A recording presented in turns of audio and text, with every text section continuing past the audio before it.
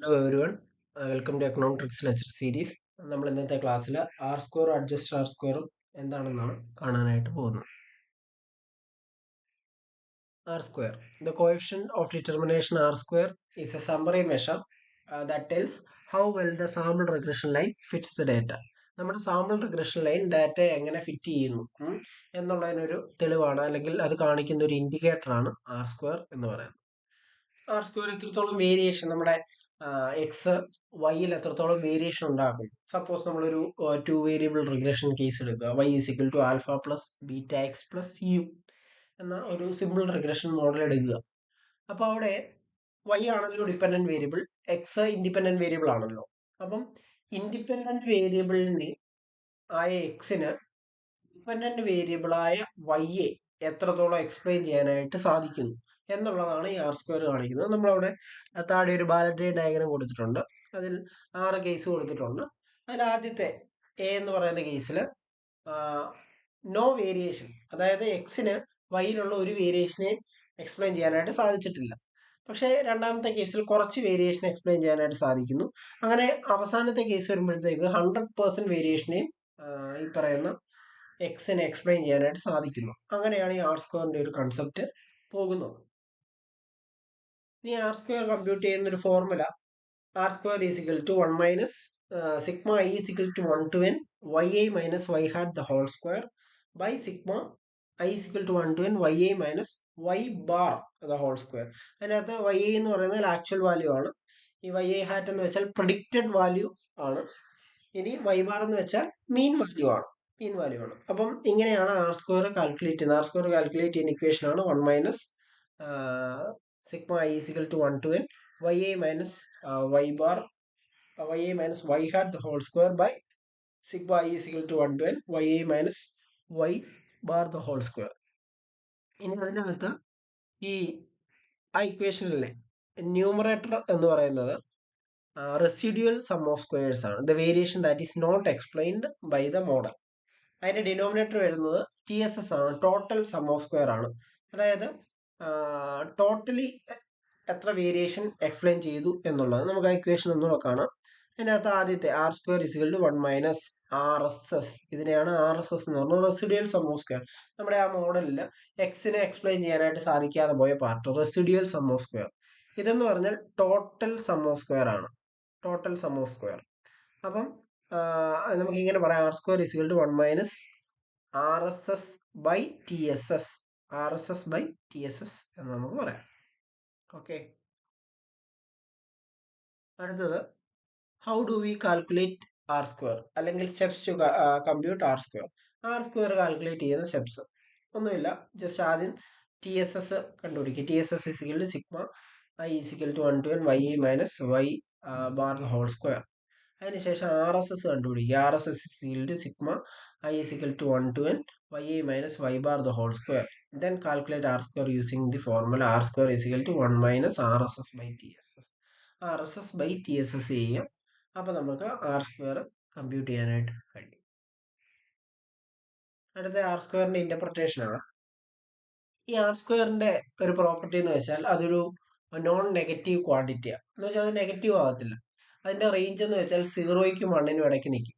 R square 0 ആണെങ്കിൽ ഞാൻ നേരത്തെ പറഞ്ഞു നോ ഫിറ്റ്, അവിടെ 1% പോലും വേരിയേഷൻ എക്സ്പ്ലെയിൻ ചെയ്യാനായിട്ട് സാധിച്ചില്ല.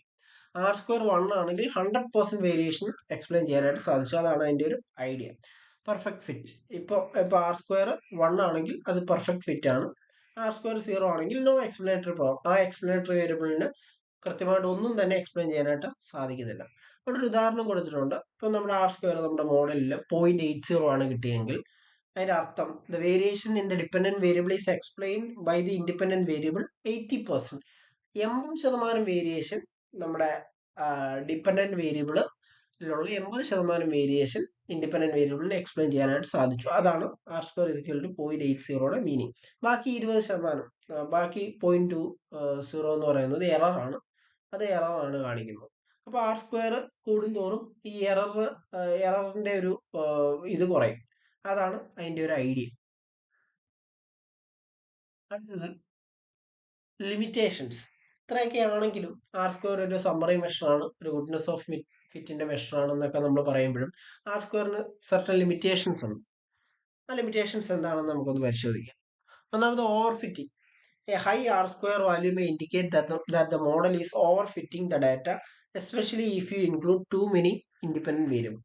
അതായത് ആർ സ്ക്വയർ ഞാൻ പറഞ്ഞു, ആർ സ്ക്വയറിന്റെ വാല്യൂ ഈ നമ്മുടെ കൂടിക്കൊണ്ടിരിക്കുന്നത് മോഡലിന്റെ ഫിറ്റ്നസിനെ കൂട്ടിക്കൊണ്ടിരിക്കുന്നു എന്നുള്ളതാണല്ലോ നമ്മുടെ കൺസെപ്റ്റ്. പക്ഷേ നമ്മുടെ ഈ ആർ സ്ക്വയറിന്റെ വാല്യൂ ഇങ്ങനെ കൂടിക്കൊണ്ടിരിക്കുമ്പോൾ ഒരു പ്രശ്നം എന്ന് വെച്ചാൽ അത് ഓവർ ഫിറ്റിങ്ങിനുള്ള ഒരു പോസിബിലിറ്റി അവിടെ ഉണ്ടാകുന്നുണ്ട്. നമ്മൾ കൂടുതൽ കൂടുതൽ ഇൻഡിപെൻഡന്റ് വേരിയബിളിനെ മോഡലിലോട്ട് ഇൻക്ലൂഡ് ചെയ്യുമ്പോഴത്തേക്ക് ആ മോഡലിന് ഓവർ ഫിറ്റ് ആവാനായിട്ടുള്ള ഒരു സാധ്യത ഉണ്ട്. അതാണ് ആദ്യത്തെ ലിമിറ്റേഷൻ. രണ്ടാമത്തത് നോട്ട് ഓൾവേസ് ഇൻഡിക്കേറ്റ് കോസാലിറ്റി. ഇപ്പൊ ആർ സ്ക്വയർ നമുക്ക് ഒരു മോഡലിൽ ഹൈ ആയതുകൊണ്ട് അവിടെ ഒരു കോസേഷൻ ഉണ്ടാവണമെന്ന് നിർബന്ധമില്ല. അവിടെ ഇപ്പം നമ്മൾ എക്സിനെയും വൈയെയും കൂടെ റിഗ്രസ് ചെയ്ത് ആർ സ്ക്വയർ നമുക്കിപ്പം സേ ഫോർ എക്സാമ്പിൾ 1 കിട്ടി അല്ലെങ്കിൽ നിയർ 1 കിട്ടി എന്ന് വിചാരിക്കാം. പക്ഷെ എക്സ് വൈയെ പ്രെഡിക്റ്റ് ചെയ്യണമെന്ന് നിർബന്ധമില്ല, അല്ലെങ്കിൽ എക്സ് വൈയെ കോസ് ചെയ്യണമെന്ന് നിർബന്ധമില്ല. അപ്പം അതാണ് രണ്ടാമത്തെ ഒരു കേസ്. മൂന്നാമത്തെ എൻ്റെ സെൻസിറ്റിവിറ്റി ആണ്. അതായത് ആർ സ്ക്വയർ ഒരു ലീനിയർ റിഗ്രഷൻ മോഡൽസിലാണ് കൂടുതൽ പെർഫോം ചെയ്യുന്നത്. നോൺ ലീനിയർ റിഗ്രഷൻ മോഡലിന്റെ കേസിൽ, അല്ലെങ്കിൽ ഒരു limited dependent variable case, LPM ഒക്കെ വരുന്ന കേസിൽ, ലീനിയർ പ്രോബിലിറ്റി മോഡൽ, ആ ഒരു പ്രോബിലിറ്റി മോഡലിലൊക്കെ പോകുമ്പോൾ ആർ സ്ക്വയർ മിസ്ലീഡിങ് റിസൾട്ടിലേക്ക് എത്തിക്കും. എന്ന് വെച്ചാൽ ആർ സ്ക്വയർ നമുക്ക് നമ്മൾ ഉദ്ദേശിക്കുന്ന ഫലം നമുക്ക് തരത്തില്ല. അപ്പൊ ഇതൊക്കെയാണ് ഒരു ആർ സ്ക്വയറിന്റെ കോഎഫിഷ്യന്റ് ഓഫ് ഡിറ്റർമിനേഷൻ ആർ സ്ക്വയറിന്റെ ലിമിറ്റേഷൻസ്. അപ്പോഴാണ് നമ്മൾ അതിന്റെ ഒരു അഡ്വാൻസ്ഡ് വെർഷൻ അഡ്ജസ്റ്റഡ് ആർ സ്ക്വയറിനെ ഒന്ന് അഡ്ജസ്റ്റ് ചെയ്ത് ഒന്ന് മോഡിഫൈ ചെയ്ത് പുറത്തിറക്കിയത്. ഞാൻ പറഞ്ഞല്ലോ ആർ സ്ക്വയറിന്റെ ഒരു ലിമിറ്റേഷൻ, ഒരു സീരിയസ് ലിമിറ്റേഷൻ എന്ന് വെച്ചാൽ ഈ ആർ സ്ക്വയർ കൂടുന്തോറും നമ്മുടെ ഇപ്പൊ ആർ സ്ക്വയർ 1 ആണെങ്കിൽ പെർഫെക്റ്റ്ലി എക്സ്പ്ലെയിൻ ചെയ്തു എന്നുള്ളതാണല്ലോ. അപ്പൊ ആളുകൾ കൂടുതൽ കൂടുതൽ ഇൻഡിപെൻഡന്റ് വേരിയബിളിനെ മോഡലിലോട്ട് കയറ്റാനായിട്ട് തുടങ്ങി. അപ്പൊ ഈ ഒരു ഇൻഡിപെൻഡന്റ് വേരിയബിൾ മോഡലിൽ കയറുമ്പോൾ ആർ സ്ക്വയറിന്റെ വാല്യൂ കൂടും. അപ്പൊ അങ്ങനെ ഇൻഡിപെൻഡന്റ് വേരിയബിളിന്റെ മോഡലിൽ കയറ്റി പോകുമ്പോഴത്തേക്ക് ആർ സ്ക്വയറിന്റെ വാല്യൂ കൂടി വന്നു. അപ്പം അവിടെ ഒരു ഓവർ ഫിറ്റിംഗ് എന്ന് പറയുന്ന ഒരു പ്രശ്നം അവിടെ ഉണ്ടാക്കുന്നു. കാരണം ഈ കൂടുന്ന ഇൻഡിപെൻഡന്റ് വേരിയബിള് ചിലപ്പം ഡിപെൻഡന്റ് വേരിയബിളോട് യാതൊരു ബന്ധമില്ലാത്ത വേരിയബിൾ ആയിരിക്കും. പക്ഷെ ആർ സ്ക്വയറിന്റെ വാല്യൂ കൂട്ടുന്നതിന്റെ ഭാഗമായിട്ട് ആൾക്കാർ മോഡലിലോട്ട് കയറ്റിക്കൊണ്ടുവരും. അപ്പൊ ഇതിനൊരു പരിഹാരം എന്നാണോ, അല്ലെങ്കിൽ ഇത് ഓവർകം ചെയ്യാനായിട്ടുള്ള ഒരു ഇതായിട്ടൊരു മെഷറായിട്ട് അഡ്ജസ്റ്റർ ആർ സ്ക്വയർ ഇൻട്രൊഡ്യൂസ് ചെയ്തു. അഡ്ജസ്റ്റർ ആർ സ്ക്വയർ എന്ന് വെച്ച് കഴിഞ്ഞാൽ ഈ ആർ സ്ക്വയറിന്റെ വാല്യൂവില്, അല്ലെങ്കിൽ ആർ സ്ക്വയറിന് ഒരു പെനാൽറ്റി, ഒരു റെസ്ട്രിക്ഷൻ കൊടുക്കുന്ന ഒരു സാധനമാണ്. അതായത് പുതുതായിട്ടൊരു ഇൻഡിപെൻഡന്റ് വേരിയബിളിനെ നമ്മുടെ മോഡലിലോട്ട് കയറ്റുമ്പോൾ ഈ അഡ്ജസ്റ്റഡ് ആർ സ്ക്വയറിൽ ഒരു പെനാൽറ്റി ഇമ്പോസ് ചെയ്യും. അപ്പൊ റെലവെന്റ് അല്ലാത്ത വേരിയബിൾ ആണ് നമ്മുടെ മോഡലിലോട്ട് കയറ്റുന്നതെങ്കിൽ അഡ്ജസ്റ്റഡ് ആർ സ്ക്വയറിന്റെ വാല്യൂ തത്വത്തിൽ അത് താഴും. തത്വത്തിൽ അഡ്ജസ്റ്റഡ് ആർ സ്ക്വയറിന്റെ വാല്യൂ കുറയുകയാണ് ചെയ്യുന്നത്. അപ്പൊ നമുക്ക് ഈ റെലവെന്റ് അല്ലാത്ത വേരിയബിളിന്റെ മോഡലിൽ ഇൻക്ലൂഡ് ചെയ്യാനായിട്ട് പറ്റത്തില്ല. അപ്പൊ നമുക്ക് നോക്കാം. adjust the R square value for the number of predictors in the model. It is particularly useful when comparing models with a different number of independent variables. Adjust R square formula അവിടെ കൊടുത്തിട്ടുണ്ട്.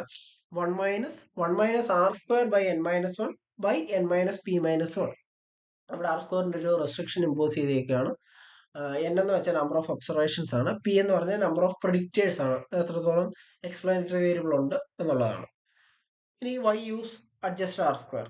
അതിന്റെ reason, unlike R square, adjust R square will decrease if unnecessary predictors are added to the model, helping to avoid overfitting. ഞാൻ നേരത്തെ പറഞ്ഞ പോലെ R സ്ക്വയറിനെ പോലെയല്ല. R square നമ്മൾ പുതുതായിട്ടൊരു independent വേരിയബിളിന്റെ മോഡലിലോട്ട് കയറ്റുമ്പോൾ ആർ സ്ക്വയറിന്റെ വാല്യൂ ഉയരുന്നു.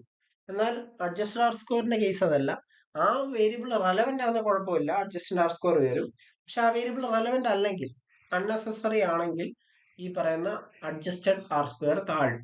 അപ്പം നമുക്ക് അങ്ങനെ ഒരു പ്രശ്നം ഈ പറയുന്ന അഡ്ജസ്റ്റഡ് ആർ സ്ക്വയർ അത് പരിഹരിക്കും. ആ പ്രശ്നം അഡ്ജസ്റ്റഡ് ആർ സ്ക്വയർ പരിഹരിക്കും. അപ്പം അതുകൊണ്ടാണ് നമ്മൾ അഡ്ജസ്റ്റഡ് ആർ സ്ക്വയർ ഉപയോഗിക്കുന്നത്. അപ്പം നമ്മൾ ഒരു റിഗ്രഷൻ ഔട്ട്പുട്ട് നോക്കുമ്പോൾ R square adjusted R square നോക്കും.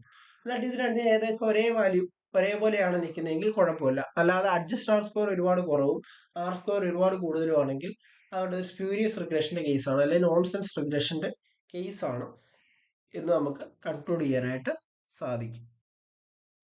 അപ്പൊ ഇതാണ് ഇവ തമ്മിലുള്ളൊരു വ്യത്യാസം മനസ്സിലായെന്ന് വിചാരിക്കുന്നു. Thank you.